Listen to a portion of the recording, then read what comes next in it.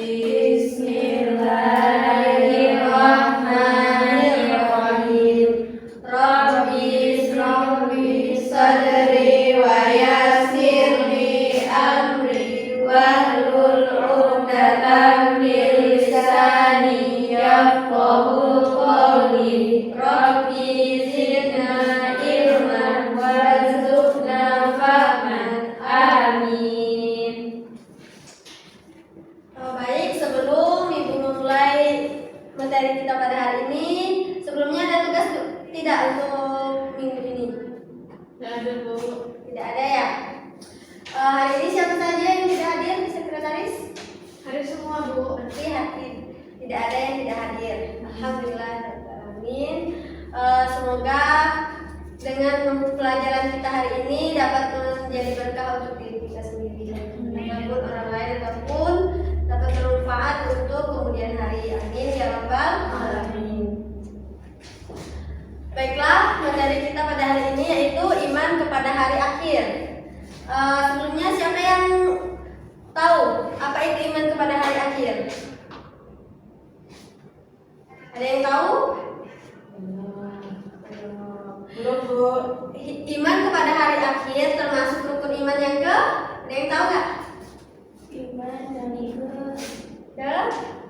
Yo, iman yang kelima. Iman kepada hari akhir adalah rukun iman yang kelima. Baik, Ibu akan menjelaskan pengertian dari iman kepada hari akhir. Beriman kepada hari akhir adalah percaya dengan sepenuh hati bahwa suatu saat alam semesta dan seisinya akan hancur dan berakhir. Kehidupan dunia hanya sementara. Kehidupan selanjutnya di alam akhirat yang kekal dan tiada akhir. Dunia hanya tempat menguji manusia, apakah manusia itu berbuat baik atau berbuat kejahatan. Jika manusia selama hidup di dunia mau beribadah kepada Allah Subhanahu wa taala dan mau berbuat baik karena Allah Subhanahu wa taala, maka kelak di akhirat akan bahagia, yaitu masuk surga. Amin ya rabbal alamin. Begitupun sebaliknya, jika manusia selama hidup di dunia tidak mau beribadah kepada Allah Subhanahu wa taala dan enggan berbuat baik, maka akan mengalami kesengsaraan dan siksaan, yaitu masuk api neraka. Kemudian ada 3 golongan yang berpendapat tentang hari akhir, yaitu apa saja? Yang pertama, Golongan ateis, agama ateis. ya. Yang kedua, Ahli, tidak, Bu. ya. Ardi. Yang Terus ketiga, samawi. ya betul. Kasih apresiasi untuk Kirana. Ibu akan menjelaskan apa itu agama golongan ateis, yaitu golongan manusia yang mengingkari atau tidak mempercayai adanya hari akhir. Juga disebut mulhid ataupun tidak mempercayai adanya Tuhan. Di Indonesia ini apakah masih ada golongan ateis? Masih. Ya masih ada. Karena masih ada yang tidak mempercayai Tuhan. Yang kedua yaitu golongan agama ardi, yaitu golongan manusia yang mempercayai adanya reinkarnasi, yaitu penjelmaan roh manusia. Golongan agama ardi yaitu golongan agama yang dibuat oleh manusia. Sebutkan contohnya, siapa yang bisa? Contoh, Bu. Untuk agama ardi, seperti penyembah berhala, yaitu Isa Al-Masih, gitu ya. Dan yang ketiga ada golongan agama samawi, yaitu golongan manusia yang mempercayai adanya hari akhir dan adanya kehidupan akhirat. Golongan ini dianut oleh pemeluk agama yang berasal dari Allah Subhanahu wa taala. Jadi kita semua yang ada di dalam kelas ini termasuk golongan agama samawi. Ya, adapun dalil beriman kepada hari akhir ada berapa? 2. Sebutkan Bisma. Dalil akli, dalil nakli. Nah, betul. Dalil akli yaitu dalil yang dapat dinalar oleh akal pikiran. Dalil nakli berarti tanda bukti atau petunjuk dari ayat Al-Qur'an. Dalil tersebut kebenarannya adalah mutlak. Jadi kita sebagai umat Islam mempercayai dan meyakini apapun yang ada dalil dalam Al-Qur'an. Siapa yang bisa membacakan surah Al-Hajj ayat 7 yang mana itu tadi termasuk dalil dari dalil nakli? Bisa. Nah, ya silakan Nisa. Bismillahirrahmanirrahim. Wa anna sa'ata atiyatu la raiba fiha wa anna Allaha yab'atsu man fil qubur. Dan sesungguhnya hari kiamat itu pastilah datang, tidak ada keraguan padanya, dan bahwasanya Allah membangkitkan semua orang di dalam kubur. Di dalam surah Al-Hajj itu sendiri sudah tampak jelas bahwa hari kiamat itu akan datang, dan yang di dalam kubur akan dibangkitkan kembali dan dihitungkan, ditimbang amal kebaikan dan keburukannya. Kemudian ada peristiwa yang berhubungan dengan hari akhir. Kepada Kikia, apa saja peristiwanya? Ada alam barzah, yaumul ba'ats, yaumul hasyr, yaumul hisab, yaumul mizan, sirat, yaumul jaza. Yaumul jaza, ada surga dan neraka. Apa itu? Alam barzah. Nah, alam barzah itu alam kubur, tempat manusia meninggal. Kemudian yaumul ba'ats, hari bangkit manusia dari alam kubur. Kemudian yaumul hasyr, hari digiringnya manusia kepada masyar setelah dibangkitkan dari kubur. Kemudian ada yaumul hisab. Hisab itu adalah perhitungan.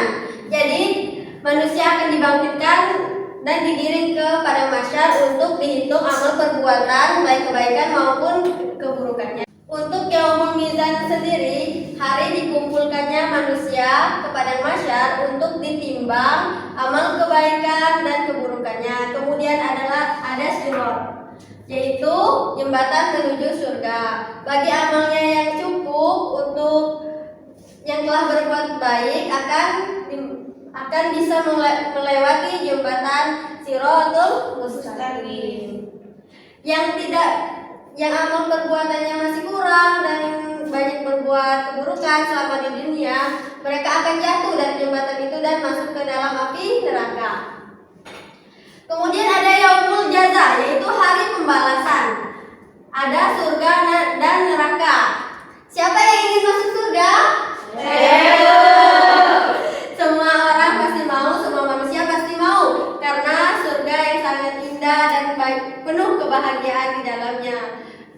Orang yang akan mendapatkan surga yaitu orang yang berbuat amal kebaikan selama hidupnya di dunia. Semoga kita semua masuk ke dalam surga. Amin ya rabbal alamin. Kemudian ada neraka. Semoga kita di sini tidak akan masuk neraka dan dijauhi dari perbuatan-perbuatan yang membawa kita ke dalam api neraka. Nah, adapun tanda-tanda terjadinya hari kiamat, ada yang bisa membacakan? Kirana? Ayo, silakan ke depan, Nak. Ya, ke depan. Biar lebih Yang tanda-tanda kiamat segera. Ya. Sama? Ini saja. Tanda-tanda kiamat segera, pertama hancurnya dunia, kemudian banyaknya orang tidak tahu malu karena berbuat maksiat dan banyaknya masjid-masjid megah tapi sedikit jamaah. Kemudian semakin banyak generasi muda dalam pergaulan bebas, banyaknya durhaka kepada orang tua. Nauzubillah min dzalik, semakin banyak generasi yang pergaulan bebas, agamanya sudah diabaikan, lalu korupsi merajalela, kemudian ada sedikit perilaku orang yang Qurani dan banyak berdatangan majlis taklim yang hanya berkumpul saja, lalu banyak orang yang enggak mengaji, banyak orang yang memikirkan kepentingan duniawi saja dan menghambur-hamburkan harta dan jarang bersedekah, lalu menggunakan media sosial tidak pada tempatnya. Mungkin itu saja tanda-tanda kiamat sugra. Ya, terima kasih kepada Kirana. Kemudian Risa mau membacanya? Ya, silakan. Nah, jadi tanda-tanda kiamat kubra ada 4. Yang pertama turunnya Dajjal, munculnya binatang melata yang aneh.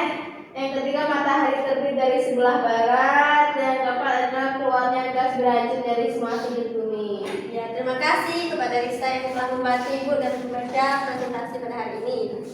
Nah, tanda-tanda terjadinya hari kiamat itu ada dua, yaitu tanda-tanda kiamat sugro, yaitu kiamat Kecil. dan tanda kiamat kubro, yaitu kiamat besar. Adapun untuk tanda-tanda pada kiamat sugro ini sudah banyak kita temui di tepatnya di dunia ini, di Indonesia maupun di wilayah-wilayah kita, banyak yang seperti orang banyak bermaksiat, banyak orang yang tidak malu berbuat maksiat, banyak masjid megah tapi hanya sedikit jamaah. Pernah nggak kalian singgah di masjid tetapi banyak kosong?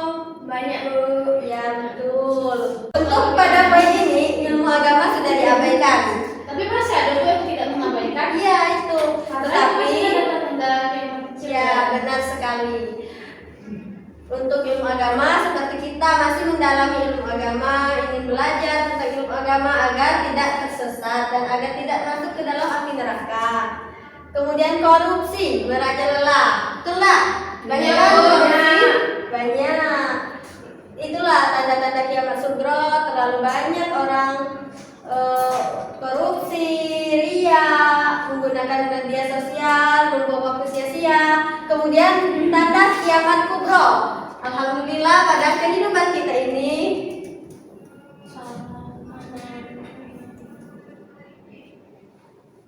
masih jauh dari tanda kiamat kubro, tetapi kiamat kubro tentu pasti ada karena di dalam Al-Quran sudah dijelaskan dalam surah Al-Hajj ayat 7 ya, yang mana yang telah dibacakan oleh kawan kita Rista. Baiklah, dari paparan yang telah Ibu jelaskan tentang materi kita pada hari ini, Ibu akan memberikan tugas kepada anak-anak semua. Nah, Ibu pembagian kelompok saja ya. 1, 2, 3 kelompok 1. 1, 2, 3 kelompok 2. Nah, tugasnya mengapa kita penting beriman kepada hari akhir. Nah, silakan diskusikan kepada kelompoknya masing-masing. Ibu tunggu 5 menit. Nah, apakah sudah selesai diskusinya, Nana? Ya Bu. Ibu ingin kepada kelompok 1 dan 2 untuk memaparkan hasil diskusinya, yaitu tadi dengan pertanyaan mengapa kita harus beriman kepada hari akhir. Ibu persilakan dulu kepada kelompok 1. Kelompok 2 nih. Hah? Kelompok 2 nih. Nah, jadi hasil dari diskusi kelompok 1, Kenapa kita harus beriman kepada hari akhir? Ya. Nah, yang pertama yaitu untuk memperjelas tujuan hidup manusia. Ya. Yang kedua untuk memotivasi kita untuk semangat beribadah. Yang ketiga untuk mendidik manusia belajar dalam rangka memprediksi dan mempersiapkan masa depan. Masya Allah, hasil diskusinya sangat bagus. Kita kasih apresiasi dulu untuk. Nah, selanjutnya kepada kelompok 2, Ibu silakan untuk mempresentasikan hasil diskusi kalian. Yuk. baiklah, saya dari kelompok 2 izin mempresentasikan hasil kelompok kami, yaitu pertanyaannya, mengapa kita harus beriman kepada hari akhir? Yang pertama yaitu dapat meningkatkan keimanan dan ketakwaan, dan yang kedua yaitu mendorong untuk berbuat baik dan menghindari perbuatan dosa. Sekian, terima kasih. Sangat benar sekali ya, saya dikatakan dan telah didiskusikan oleh kelompok 2. Kasih apresiasi dulu. Dari yang telah kita dengarkan tadi diskusi maupun presentasi dari teman-teman kita, alhamdulillah telah ada hasil diskusi dari teman-teman kita. Setelah kita mempelajari beriman kepada hari akhir, di sini Ibu mau nanya, siapa yang bisa menyimpulkan dari materi kita hari ini? Ya, siapa yang mau menyimpulkan? Saya Bu. Ya, silakan Firana. Iman kepada hari akhir itu percaya bahwasannya hari kiamat atau hari akhir itu ada, Ya. sudah dituliskan di dalam Al-Quran. Kemudian tanda-tanda dari terjadinya hari akhir ada dua macam, yaitu tanda-tanda kiamat sugro dan tanda-tanda kiamat kubro atau kiamat besar. Kalau kiamat sugro itu masih banyak orang yang tidak malu melakukan perilaku tercela atau maksiat. Kemudian masih banyak orang-orang yang menggunakan sosial media atau teknologi yang tidak pada tempatnya dan lain-lain sebagainya yang mungkin sekarang itu banyak kita temui di setiap wilayah. Nah, kemudian tanda-tanda kubro tadi adanya dajjal, kemudian ditiupkan trompet sangkakala dan lain sebagainya. Mungkin itu saja kesimpulan dari saya. Atas kesimpulan Kirana. Ini bertanya, setelah disimpulkan oleh Kirana, gue mau nanya lagi nih kepada anak-anak murid ibu, apa saja tanda-tanda kiamat kubro? Ya, silakan Maya. Tanda-tandanya itu yang pertama turunnya dajjal, yang kedua munculnya binatang melata yang aneh, kemudian yang ketiga matahari terbit dari sebelah barat, dan yang keempat tuh keluarnya gas beracun dari semua sudut bumi. Ya, mantap tuh. Kasih tepuk tangan untuk Maya. Nah, setelah apa yang Ibu jelaskan tadi dan telah disimpulkan sama Kirana Larasati dan teman-teman kita semua yang telah berpartisipasi dalam pembelajaran kita hari ini, Ibu ada tugas untuk minggu selanjutnya. Oke, Bu. Silakan ditulis anak-anak tugasnya. Ibu dikte. Menganalisis apa itu akhlak terpuji kepada diri sendiri. Nah, tentu kalian penasaran kan? Apa itu akhlak terpuji Kepada diri sendiri. kepada diri sendiri? Nah, kalian cari sumber-sumbernya, kemudian minggu depan kita diskusikan bersama di kelas ya. Nah, alhamdulillahirabbil alamin. Semoga ilmu hari ini bisa menjadi berkah untuk di akhirat kelak. Amin ya rabbal alamin. Silakan kepada ketua kelas untuk membaca doa pulang kita. Sebelum kita mulai marilah kita berdoa dimulai. Bismillahirrahmanirrahim. Wal asri innal insana lafi khusri illal